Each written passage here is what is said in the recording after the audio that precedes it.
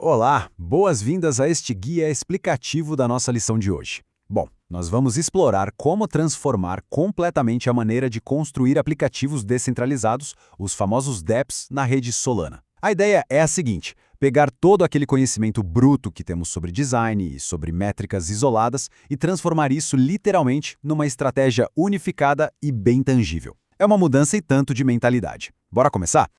A nossa agenda de hoje passa por 5 pontos super rápidos. 1. O início do design holístico. 2. A nossa pilha de design. 3. O fluxo de trabalho em etapas. 4. Vamos da teoria à prática. E para fechar, o passo 5, entregáveis e os próximos passos. Então, parte 1, o início do design holístico, dos dados à síntese. Vamos mergulhar fundo nisso agora. Olha, para garantir que a gente está na mesma página, vamos definir o nosso conceito central logo de cara. O design holístico não é só mais uma dessas palavras da moda do ecossistema, tá? Na verdade, é uma abordagem super metódica. Ela trata as nossas decisões visuais, de interação e de produto como um sistema único, totalmente integrado. Pensa nos nossos projetos anteriores. Nós já medimos os deltas de conversão, já analisamos mapas de calor, identificamos onde a galera estava travando no onboarding Web3, e olha, esses dados brutos são fantásticos. Mas sozinhos, eles são só fragmentos soltos num quebra-cabeça. O design holístico entra exatamente para pegar essas evidências empíricas e transformar tudo isso numa estratégia de produto que faz sentido do começo ao fim. E aqui a gente vê direitinho por que essa mudança é absolutamente crucial. Quando nós olhamos só para métricas isoladas, é muito fácil cair na armadilha dos testes fragmentados. Sabe como é, né? Aqueles debates intermináveis sobre a cor de um botão ou aquelas correções feitas às pressas, de forma ad hoc, que no fim das contas só quebram a consistência do dApp. Por outro lado, a estratégia holística traz para nós um sistema unificado. Ela equilibra a parte estética, a fluidez das interações e, claro, as restrições inevitáveis da blockchain. Ela cria regras baseadas em dados empíricos de verdade, e o resultado disso, uma experiência consistente e muito mais agradável para quem usa. Vamos para a parte 2, a pilha de design, o nosso modelo mental em 3 camadas. Bom, o que é fascinante aqui é como a gente consegue conectar aqueles conceitos totalmente abstratos de design com a realidade dura e crua da Web3. Esse modelo funciona como um filtro para as nossas decisões. A primeira é a camada visual. Essa é a superfície. Tipografia, cor, contraste, sinais da marca.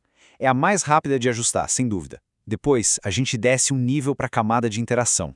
Aqui a coisa fica um pouco mais profunda, já que estamos falando de microinterações, do timing das animações e daquele feedback imediato que o sistema dá depois de um clique. Mas a mágica de verdade acontece lá na camada de produto. É aqui que nós lidamos com as decisões estruturais do fluxo e com restrições reais da rede. Por exemplo, os custos de transação na Solana, sabe? As taxas de erro, as métricas de retenção. Definitivamente não dá para ver essas camadas como gavetas isoladas, porque cada escolha numa camada impacta diretamente as outras. E, mantendo essa pilha em mente, sempre que a gente topar com um ponto de atrito, precisamos fazer 3 perguntinhas diagnósticas muito diretas. Por exemplo, se a gente notar uma taxa alta de abandono na hora de autorizar uma transação na carteira, será que é porque o botão não tem contraste suficiente? Aí seria só um ajuste visual. Ou será que o estado de carregamento está deixando o usuário confuso? Isso apontaria para a camada de interação. Ou, num cenário mais complexo, será que estamos exigindo etapas demais e o fluxo todo exige uma mudança pesada de produto? Fazer esse diagnóstico exato é o que nos salva de tentar consertar o sintoma errado. Parte 3, o fluxo de trabalho em etapas. A nossa metodologia de 4 passos. Saindo um pouco da teoria, vamos para a parte totalmente operacional. Apresento aqui a nossa metodologia de 4 passos para o dia a dia. Primeiro passo, ingerir. Isso quer dizer reunir todos os dados de testes, artefatos, mapas de calor e evidências empíricas que a gente tem. O segundo passo é classificar. Nós pegamos cada descoberta e mapeamos usando a nossa pilha de design de 3 camadas. Terceiro, priorizar. Aqui nós avaliamos de forma crua o impacto esperado contra o esforço de implementação. E o quarto e último passo, codificar. Essa etapa é o grande divisor de águas porque é nela que transformamos as descobertas priorizadas em princípios e restrições de design extremamente bem documentados. É exatamente assim que a evidência empírica vira uma regra de design oficial. Dá só uma olhada nessa matriz de priorização. Ela é literalmente o coração da nossa tomada de decisões no passo 3. É desse jeito que nós estruturamos os dados para a equipe decidir tudo com muita clareza. Pegando ali a primeira linha, olha só, um abandono no pagamento. Isso foi classificado lá na camada de produto. O impacto de resolver esse problema é altíssimo, mas o esforço também é, porque vai exigir uma simplificação do fluxo e rodar novos experimentos. Agora compara isso com a segunda linha, uma baixa visibilidade de um elemento. Isso é um problema visual puramente. Esforço baixinho, impacto médio, o que já nos dá uma recomendação rápida e clara para um redesenho e um PST AB. A gente usa essa estrutura justamente para eliminar o achismo de vez e focar a energia onde ela realmente vai mover o ponteiro. Seção 4. Da teoria à prática. O nosso estudo de caso prático de onboarding. Olha, os dados recentes nos deram um baita motivo para comemorar.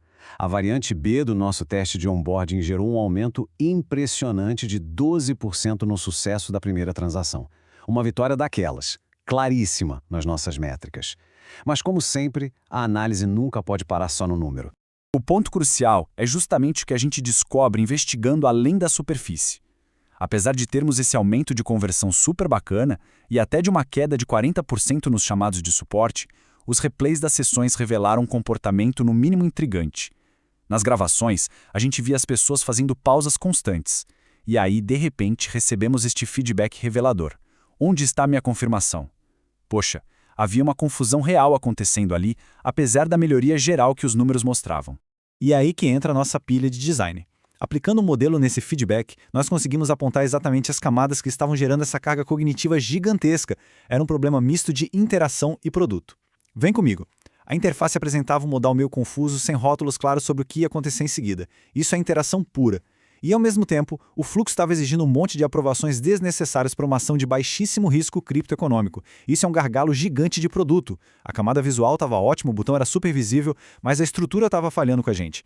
Fazer esse diagnóstico cirúrgico é o que permite focar em prototipar ajustes na microcópia e cortar etapas inúteis, sem estragar o que já está funcionando. E chegamos à nossa parte 5. Entregáveis e próximos passos. Consolidando a nossa base. Prestem muita atenção aqui. Antes de sair desenhando e prototipando livremente, nós precisamos desses artefatos tangíveis. Eles garantem que nenhuma escolha de design daqui para frente seja feita baseada no famoso "eu acho que". O que nós precisamos entregar?